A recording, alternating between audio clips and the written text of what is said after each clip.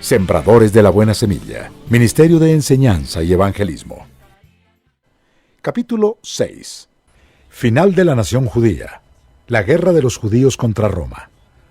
En el año 66, los judíos inician una rebelión con el imperio que les llevará a la destrucción final de Judea. Los cristianos no participan en la guerra. Desde antes el Espíritu Santo les había hecho salir de Jerusalén y emigrar a otras ciudades a cumplir su gran comisión, aún valiéndose de la persecución judía. La sede de la iglesia ya es Antioquía. Los judíos nunca han aceptado el sometimiento, son pueblo de Dios. Era imposible vencer al Imperio Romano. Un comparativo hoy sería como si Puerto Rico pretendiera vencer a Estados Unidos.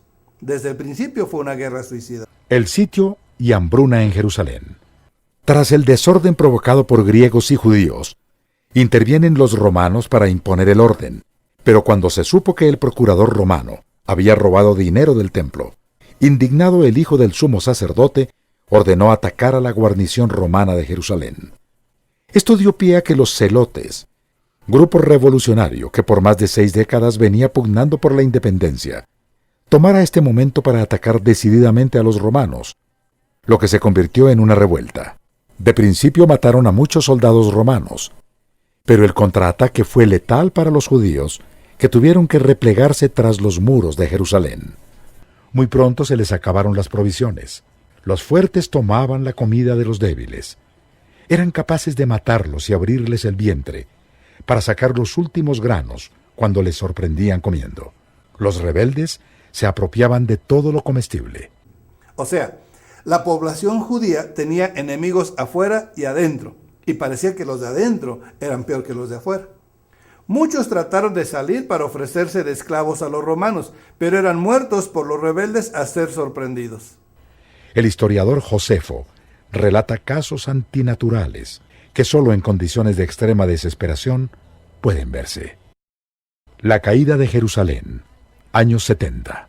Finalmente, cuando sucumbe la defensa en el año 70, Tito, que será el siguiente emperador, destruye la ciudad y el templo, cumpliéndose la profecía de Jesús. No quedará piedra sobre piedra. Solo un pequeño trozo de muro del templo queda en pie. Es hoy el muro de los lamentos. Los sobrevivientes cautivos, muchos son matados ahí mismo, y otros llevados como esclavos. Los tesoros del templo, una vez más, son tomados como botín por los vencedores. La caída de Mesada, año 73. Un pequeño grupo de rebeldes se hace fuerte en Mesada, una fortaleza veraniega que había construido Herodes en la cumbre de un monte, de difícil acceso para los invasores y con suficiente cantidad de agua y comida. Mantienen la resistencia hasta que los ingenieros de Tito construyen torres de asalto, al tiempo que pacientemente han ido construyendo terraplenes que suben al monte. Pero la sorpresa para los romanos es que cuando entran a la fortaleza, todos están muertos por su propia mano, incluyendo sus mujeres y niños. Su orgullo les llevó a cometer suicidio colectivo, bajo la arenga de los líderes de que era preferible morir que ser esclavos de sus enemigos. La diáspora de los judíos. Diáspora significa exilio. Aunque esta dispersión o exilio no fue la primera ni la última, fue significativa, ya que es la que conocemos en nuestros días como el fin de la nación judía, y que termina recientemente en 1948, cuando las Naciones Unidas les devuelven parte de lo que fuera su patria hace casi 2000 años. Para muchos es parte de una llave para interpretar los tiempos finales. Capítulo 7. Años 68 al 100. Final de la era apostólica. Segunda persecución del imperio, después del año 90. El emperador Domiciano, entre sus pretendidas mejoras al imperio, está restaurar y fortalecer la religión romana, y los judíos y cristianos son obstáculos en sus planes. Los mártires más conocidos de esta persecución son Flavio Clemente y su esposa, parientes del emperador, acusados de ateísmo y prácticas judías. Esto porque aún no separaban a los judíos de los cristianos, pues por igual ambos no adoraban más que a un solo Dios invisible. Por ello también lo de ateos. Así entonces la persecución no fue solo contra los cristianos, también los judíos la padecieron. Hubo muchos mártires más, pero anónimos. Esta persecución, como la de Nerón, fue más fuerte en Roma. En el resto del imperio fue menos enérgica. El apóstol Juan fue desterrado a Patmos, lo que significa que no todos los castigos eran la muerte y el tormento. Había consideraciones, quizá por su avanzada edad y su gran prestigio. Los apóstoles. Veamos el final del ministerio de los apóstoles y los principales discípulos, cronológicamente como los vemos también en el mural. Los nombres de los 12 apóstoles son estos. Primero Simón, llamado Pedro, y su hermano Andrés. Jacobo, hijo de Zebedeo, y su hermano Juan. Felipe, Bartolomé, Tomás, Mateo el publicano, Jacobo, hijo de Alfeo, Lebeo por sobrenombre Tadeo, Simón el cananita y Judas Iscariote, el que también le entregó.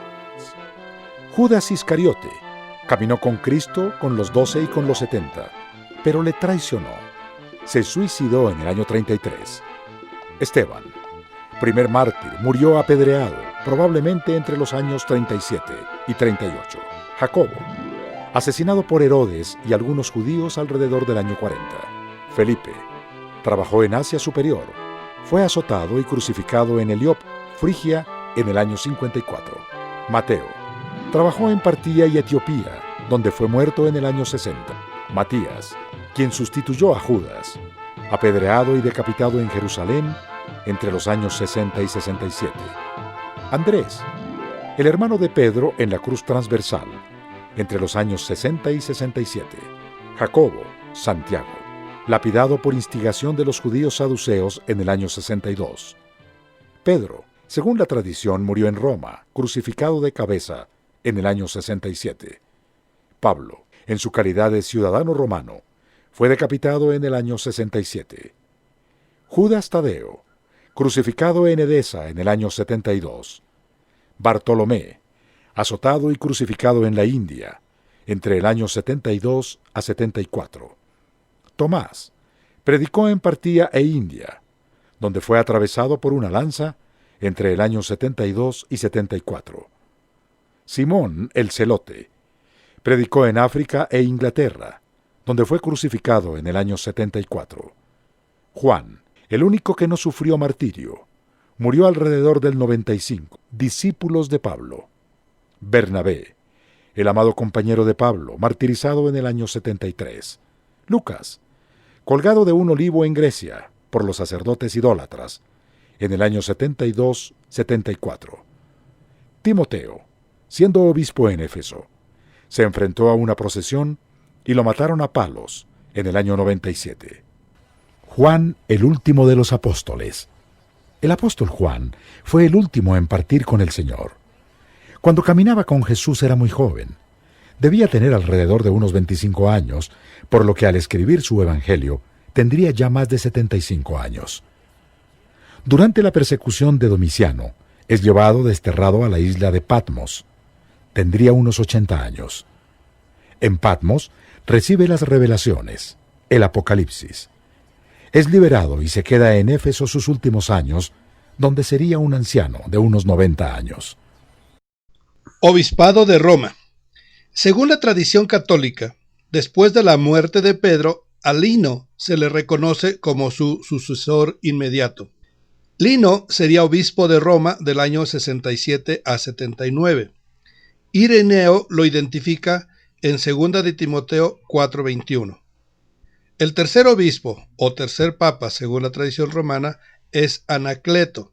Cabe citar que históricamente no existía el título o cargo de papa en los primeros 3 siglos, por lo menos. O sea, antes del 350 o 400 no se mencionaba el cargo de papa. Anacleto fue obispo del año 77 a 88.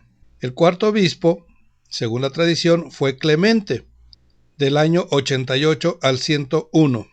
Clemente enfrenta a los gnósticos y a los ebionitas. Apéndice. Las 7 iglesias.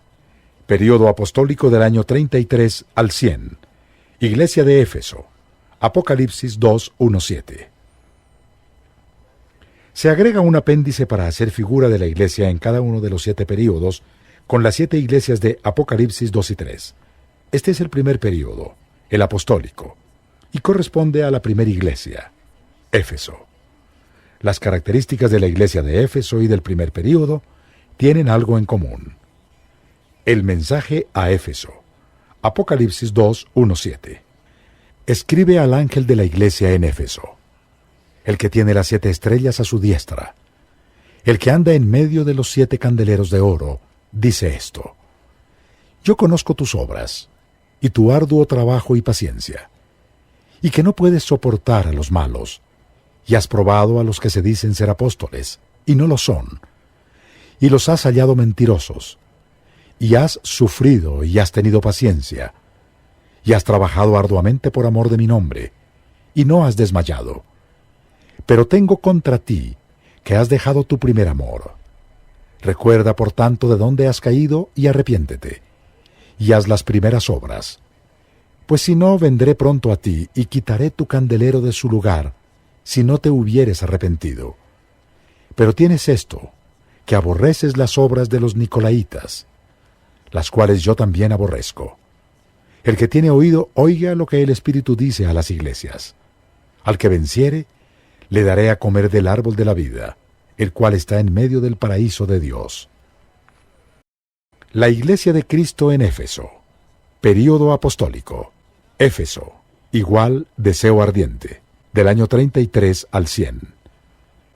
Éfeso era una ciudad muy importante, compartiendo su supremacía con el Mediterráneo, con Alejandría y Antioquía.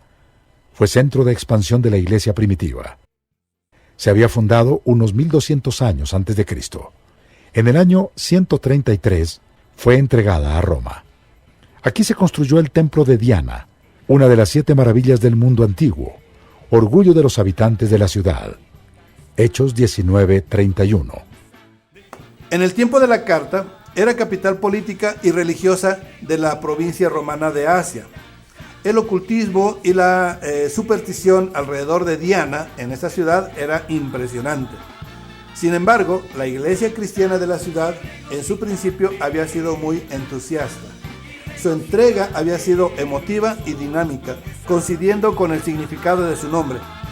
Corresponde principalmente a los hechos de los apóstoles. Pero por su ejemplo, los cristianos comunes también habían sido laboriosos, entusiastas, pero poco a poco habían ido dejando ese primer amor. Sufrida porque es el tiempo de las persecuciones por sus propios hermanos judíos, aún antes que por los romanos. Paciente porque veían cómo sus conciudadanos se entregaban a los cultos paganos, pero ellos se mantenían con la confianza en que Dios también les salvaría tarde o temprano. El Señor dice que es una iglesia trabajadora y paciente, celosa de las cosas de Dios, sufrida, pero que ha dejado su primer amor. Le exhorta a que se arrepienta de su alejamiento y vuelva a ser como antes. Esto es algo común en el cristiano nuevo. Se inicia con mucho entusiasmo, pero después cae en apatía. A quien esto le pasa, Cristo le exhorta a volver al primer amor, a entregarse a Él de nuevo, a renovar el entusiasmo. A nivel iglesia puede suceder lo mismo. Y la promesa final: al vencedor, Cristo le dará el árbol de la vida. Esperamos haber sido de bendición y utilidad. Le invitamos a continuar este estudio en el video 2, correspondiente al segundo periodo, la iglesia primitiva en su culminación. Dios te bendiga y te guarde, y tenga de ti misericordia, y ponga en ti paz. Sembradores de la buena semilla. Hemos terminado con el periodo 1, la iglesia de los apóstoles. Primera parte de la iglesia primitiva. En unos días recibirá usted la notificación para el siguiente periodo, la iglesia primitiva, las persecuciones, los mártires, los padres de la iglesia. Si aún no se ha suscrito, puede hacerlo ahora. Canal de YouTube, Sembradores La Buena Semilla. Visite nuestra página web, labuenasemilla.mx. Puede escribir a sembradores@